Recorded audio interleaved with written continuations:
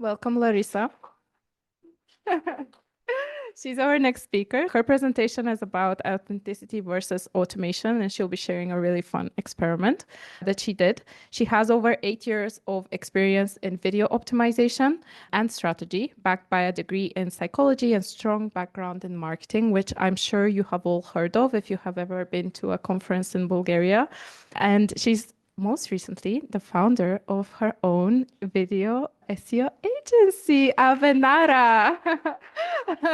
She will tell you all about it, but it's helping small and medium-sized businesses grow through YouTube. And she has additional expertise in event management, which we love. Thank you so much for bringing it into the community, and the unique perspective that blends behavioral science, digital strategy, making video SEO their true superpower. I hope I did it justice. I'm sure I haven't, but it's okay. Fun fact about Larisa before she starts is that she is professionally trained to fight with a katana, which is a traditional Japanese samurai sword. So, yes. Okay, hi guys. This is my basically first time. Yes, thank you. First time on stage and speaking. Bear with me. Yeah, she did introduce me enough, so I'm not going to go through the introduction about myself.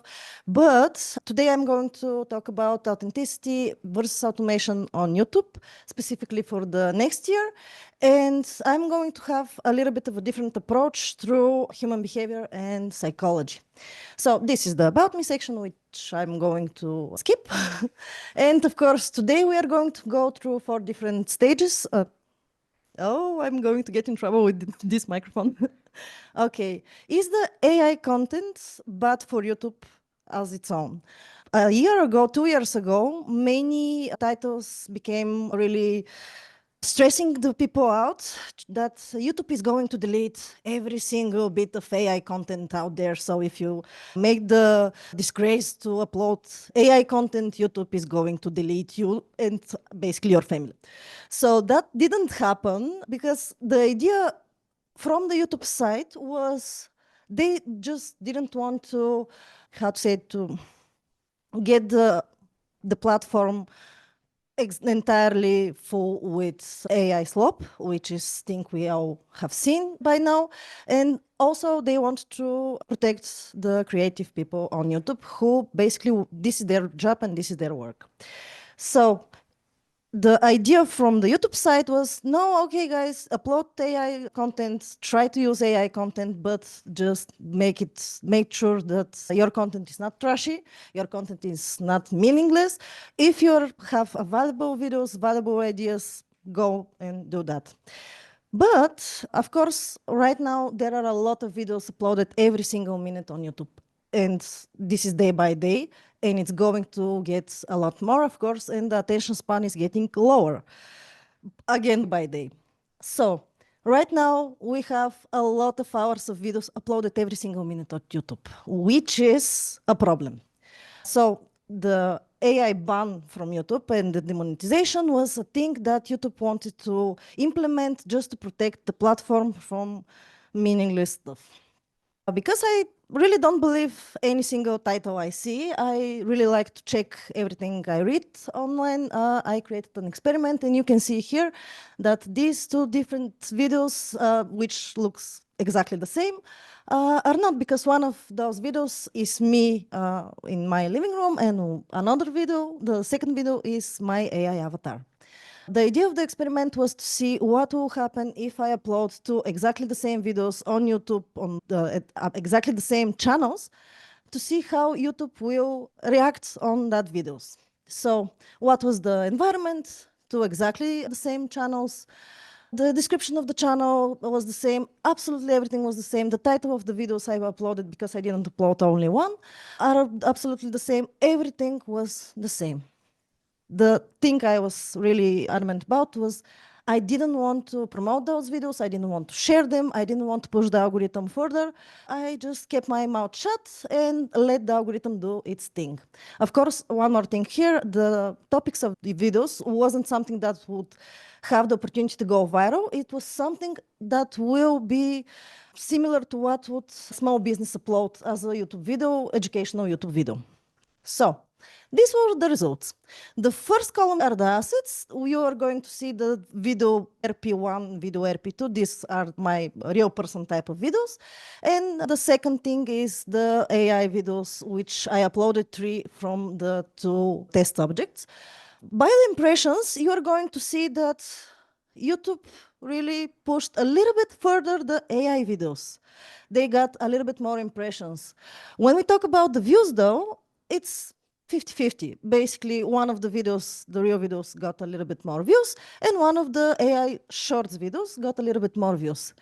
Where we talk about the likes, here is where the things got its turn, because in the beginning, in the like section, when we talk about the real videos, there were likes at all, because people like the videos.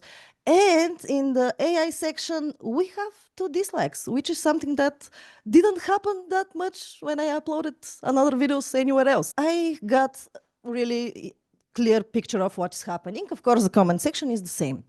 The next thing here you have for the presentations, just to see the real results, the thing that was in the table. So what was the conclusion of everything in this experiment, this small experiment? YouTube doesn't have any problem with AI content. People do. And yeah, this is my tools that I used. You can check them later. But why people do have problems with AI content? Because of something called uncanny valley effect, which is the psychological repulsion of things that are near but not quite human.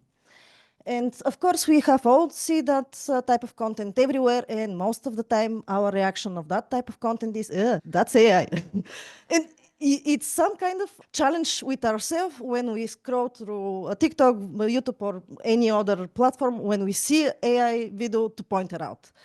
Of course, it's normal to have a feeling of something unsettling when you see an AI content. And that's because your brain works over time behind the scenes. You don't even realize when your brain gets the few things in the picture that are not quite right. Why does that happen? There are really cool and interesting experiments done in the California University of San Diego, where one neuroscientist, I'll butcher her name, it's on the second next slide, so I'm not going to try. But we have a test, which is a lot of people are going to be shown 3 types of videos, which are, just a second, the first one is absolutely a robot, which is doing some things on the video. The second thing is an android, which is a human-looking robot. And of course, the third video that the test subjects were seeing was on a real person. And you can see by this picture exactly that basically when people are trying to figure out what the heck is happening, our brain flares up. And the interesting part here, the interesting part here is that you have different places, different sections of your brain. And I'm not going to go into deep detail here, but you have, on that picture here, you have 2 specifically flared up places of your brain when you're trying to figure out what is happening. One of these, which is here, is our frontal lobe, which is the part of your brain that works for solving problems and checking what's happening. And of course, the parental lobe, sorry, which is the part of your brain that works from a perception point of view. This is the part of your brain, and exactly this part here, which is working specifically on understanding the world around us. So, seeing this, you can see that when we see something that is usually not quite right, our brain flares up. And this is really important, and it's something that evolutionary came from millions of years ago, because whenever our ancestors saw something that looks like something else, that most likely were, I don't know, maybe you were his dinner or its dinner. So it was really not careful to trust your eyes most of the time. So this is something that evolutionary has set with our brains to protect us. And right now it helps us figure out the culprits in our daily work. And it's something absolutely normal. So the solution is to try and train the AI models that they basically, how to say it, polish the content we are providing on YouTube or the different platforms to be almost exactly like something real. Because this here, again, one of the parts is AI version of me, one is not. I'm really interested right now to have a bet with you which one is which, but let's talk about this later. Okay. Of course, the tools you can use, we don't have a lot of time. I'm not going to go too deep in that, but I have mentioned a few tools that are most used right now when we're talking about something with AI content.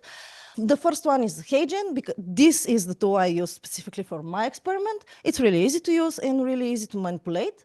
The second thing is the script, which is not for creating AI content itself, but editing video online. And the third thing is Artlist, which is if you have used Midjourney and OpenAI, this is something like their mutual child. Because using Artlist, you can use the model with what the videos are going to be made. And yeah, and here I have a little bit of a hot tip to using Artlist, because you have different models. And using Artlist is, the magic of using Artlist is in the prompting you use for it. And because the prompting is really interesting part and a lot of work to do to learn how to create technical part of prompting, I have given you here a cookbook that you can teach AI, OpenAI, how to create your own prompt. You are going to receive this link. The only thing, put this link in ChatGPT, tell him to learn how to do your prompts, and afterwards you can translate your prompts like with the Google Translate. Okay, this is the examples. I'm going to go through them. And the final advice I have for you, whenever you are crying, you're not crying, trying your AI avatars, and you're teaching the AI model to create your AI avatars, use as little as possible jewelry on your face, glasses, everything. Pearls are the biggest enemy of the AI models. When you try again, whenever you want to teach and provide a specific AI avatar, try again and try again, because you are not sure which version would be best. And of course, trying is better.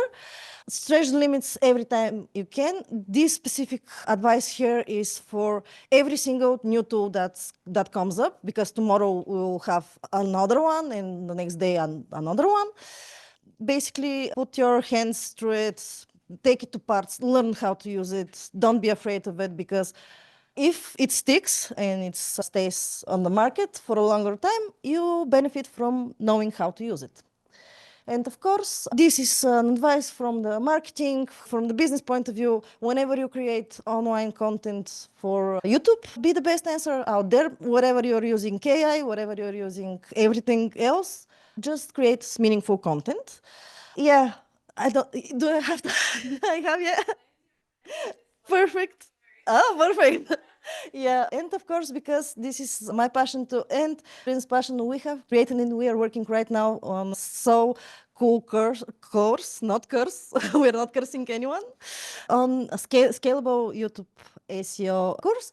So I'm going to, in this course, if you're interested, I'm teaching you how to work with YouTube, and Lazarina is teaching you how to scale and automate the processes.